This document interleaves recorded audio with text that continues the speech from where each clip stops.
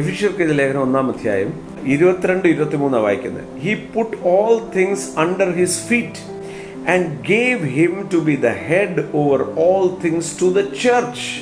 യേശുവിന്റെ അകത്തുള്ള നിറവ് മുഴുവൻ സഭയ്ക്ക് കൊടുത്തു. ഹി ഗേവ്, കണ്ടോ, കൊടുത്തത് പിന്നെ തിരിച്ചെടുക്കൂ, എടുക്കാൻ പറ്റത്തില്ല.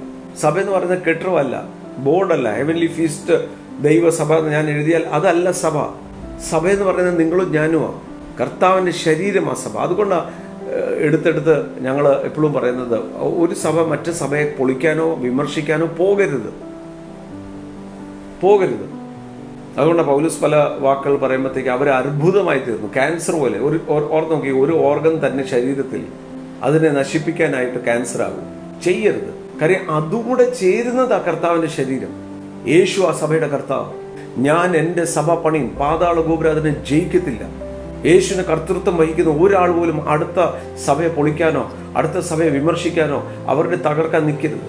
എന്നെ കണ്ടുകൊണ്ടിരിക്കുന്ന ഓരോ ഭവനത്തിലും നിങ്ങൾ അങ്ങനെ എന്തെങ്കിലും പറഞ്ഞിട്ടുണ്ടെങ്കിൽ യേശുവിനോട് ഏറ്റുപറഞ്ഞ് ഉപേക്ഷിക്കണം. അതാ മാനസാന്തരം. യേശു ജീവനോടെ ഉണ്ട്. കർത്താവിൻ്റെ ശരീരത്തെ കുത്തരുത്.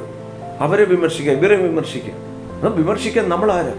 നമ്മൾ തന്നെ നിൽക്കുന്നത് ദൈവത്തിൻ്റെ വലിയ കരുണയാണ്, ദൈവത്തിൻ്റെ വലിയ കൃപയാണ്.